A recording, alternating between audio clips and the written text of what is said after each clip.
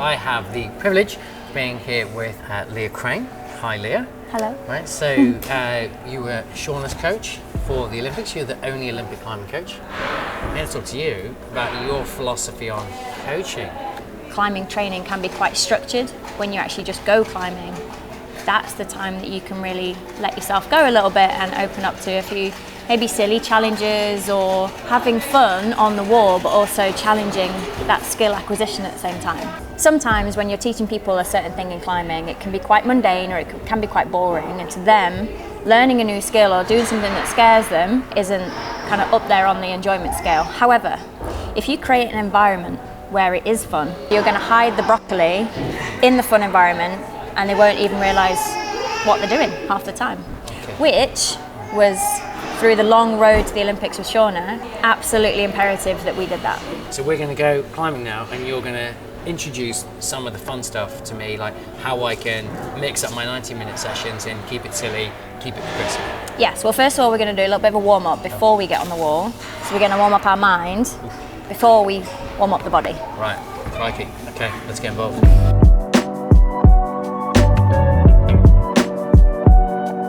We're just going to warm up our hand-eye coordination. So really simple, throwing a ball between each hand. Yeah. Now, naturally, me and you are doing it without looking at the ball because we're looking at each other. Yeah. That would be the next step, is to look away, but know where the ball is at all times. Try and make your throws into your peripherals. And now we're going to bounce it on the floor. One hand. Okay. Still ready? Super simple. Other hand. Same thing, standing on one leg. And ideally, you're going to actually catch the ball in between, because that's where you would grab a hold. Now you're starting to bring into question the amount of power you need out of one hand to catch with the other hand. Easy. Got fancy then, went under. Yeah, the ball's going everywhere. Now, we can also bring that onto the mat. And just to warm up our ankles and feet a little bit, what I would want you to do is do 2 hops to the left, bounce the ball on the wall and catch it on one leg. So I'm going to do 2 hops to the left, whoop, or 3. Or 3. Bounce the wall and catch it. 1, 2, land. Nice. All right. And then do it on the other leg. Oh! See, it's harder with the mat because you've got a soft floor, so your ankle's working really hard. So you've done a warm-up already, albeit a short one, but you've not fully realised that you're doing it. Yeah. And in my opinion, you'd be more ready to go climbing than you would be just climbing on some jugs. Yeah. It has its place, and that's what obviously we go and do. Yeah. Second to a fun warm-up. Yeah. Shoes on.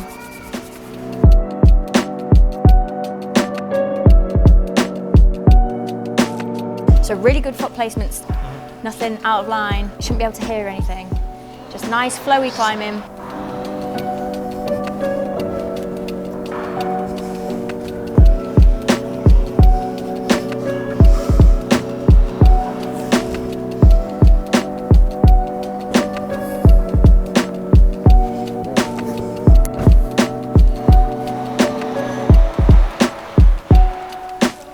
So now we're going to start missing holds out. So this is where the hand-eye coordination thing from the warm-up is going to come in. So I can get to the top of that grey. 2 moves. 2 moves. Okie dokie.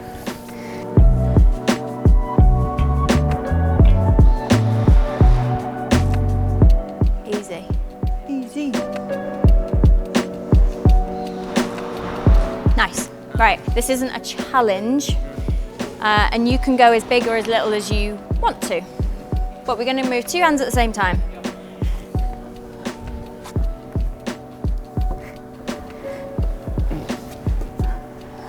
All right, okay. That makes the good sense.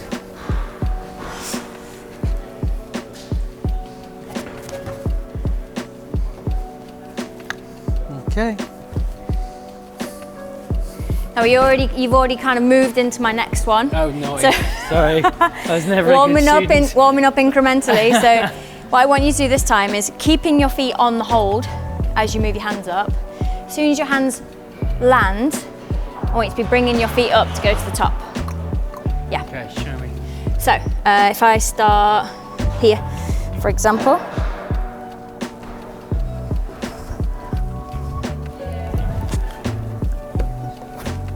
So now we're starting to just move a little bit quicker.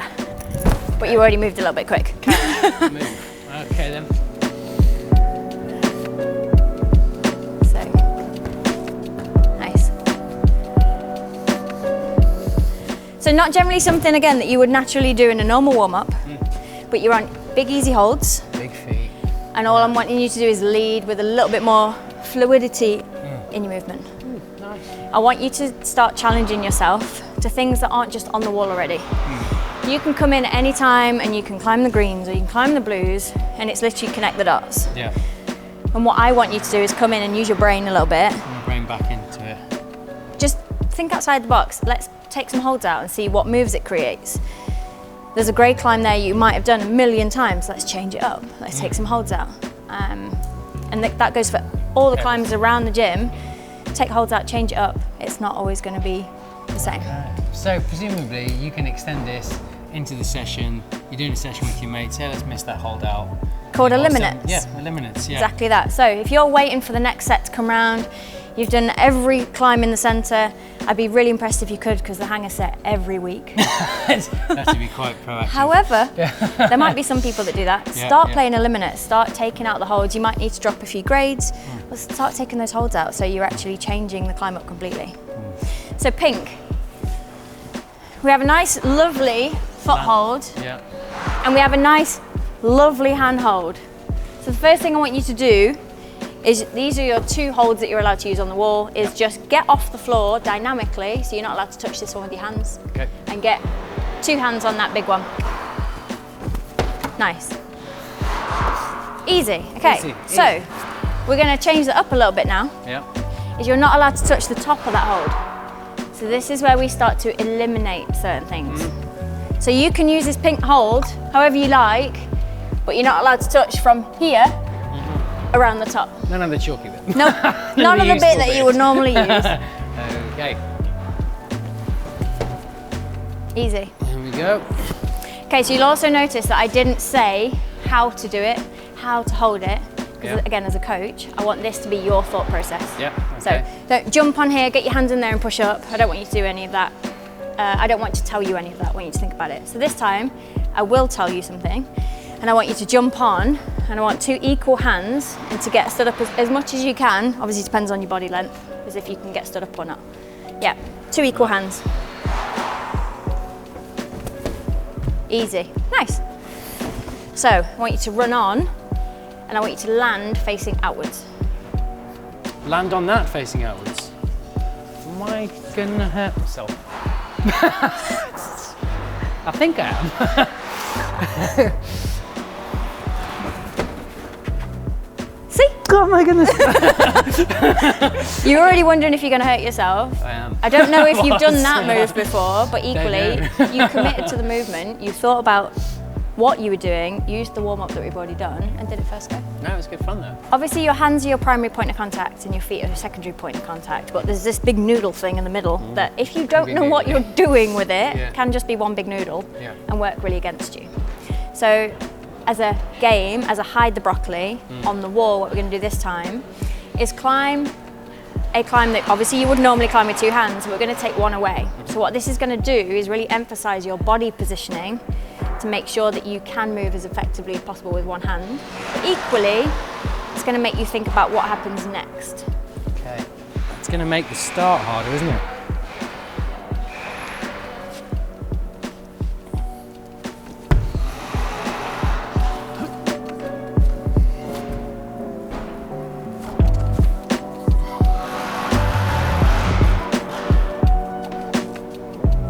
Preempt what's about to happen. Awesome.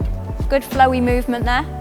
Again, in the warm-ups, that's why we want to be doing stuff that isn't just slow and in controlled.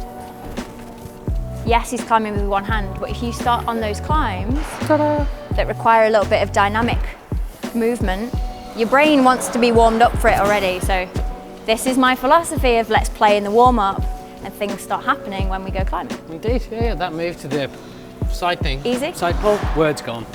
It's to challenge your thought process.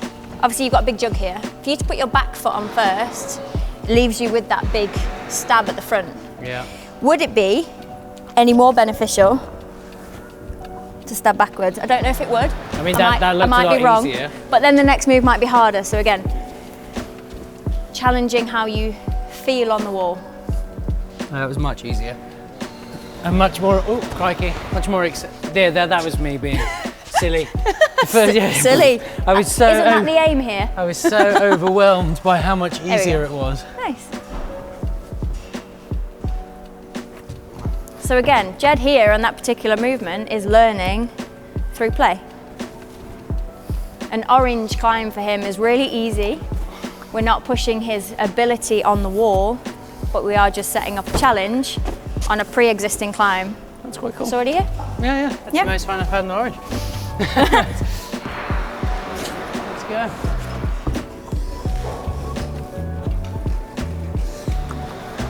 Oh, nice. Oh, that looked very ninja.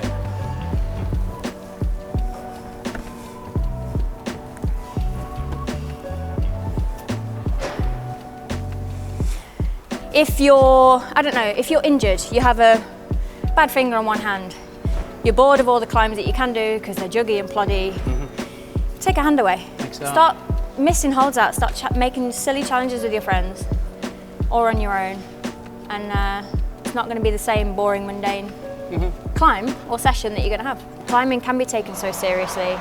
We just wanted to do it with a bit more of a smile on our face and having to rock up, tick our session off and leave. I think whether it's in life or whether it's in climbing with an injury, if you come to a roadblock, make your own path around it and carry on. Leah, thank you so much. That was loads of fun. Who knew having fun could be so much fun? So let's do a quick summary so everyone knows basically what they can take away. So number one, warm up off the wall. Yes. I.e. with the tennis balls. Hand-eye coordination, get the brain warmed up first. Go onto the wall. Easy climb quietly, smoothly, move into slow, dynamic, missing holds. Flowy. Get the flow. Yeah. All right, so focus on flow. And then we're going to take the flow up a level. We're going to get onto some other more complicated problems and start to make some things up. So the mind and the body working together to create new things. It's creative for our on-site ability as well. Okay, so we've got that. Gets that competitive fun going on as well, being silly. Indeed. I noticed we both have lots of that. Right, and then when we've done that, so now we're ready to move onto the wall. And instead of getting straight into it, let's keep creating. Use one hand, use one foot, change it up. Get moves connecting together, all in one fluid movement. Okay, and then we do that because that's going to transfer into our real world climbing, getting us better at being responsive to that dynamic climbing environment when we're at our edge. That's the key. That's the key. Decision making on the wall. That's the important part. Yeah. Super speed. Yeah. Okay, Leah, thank you very much. You're going to write up some games for us. We're going to get those in the blogs. We've got more resources as well. Incredible. Yeah. So have fun, get better, right on. Let's do it. Okay. Keep climbing. Keep climbing. Crazy times. All right, Leah, thank you ever so much. Thank you.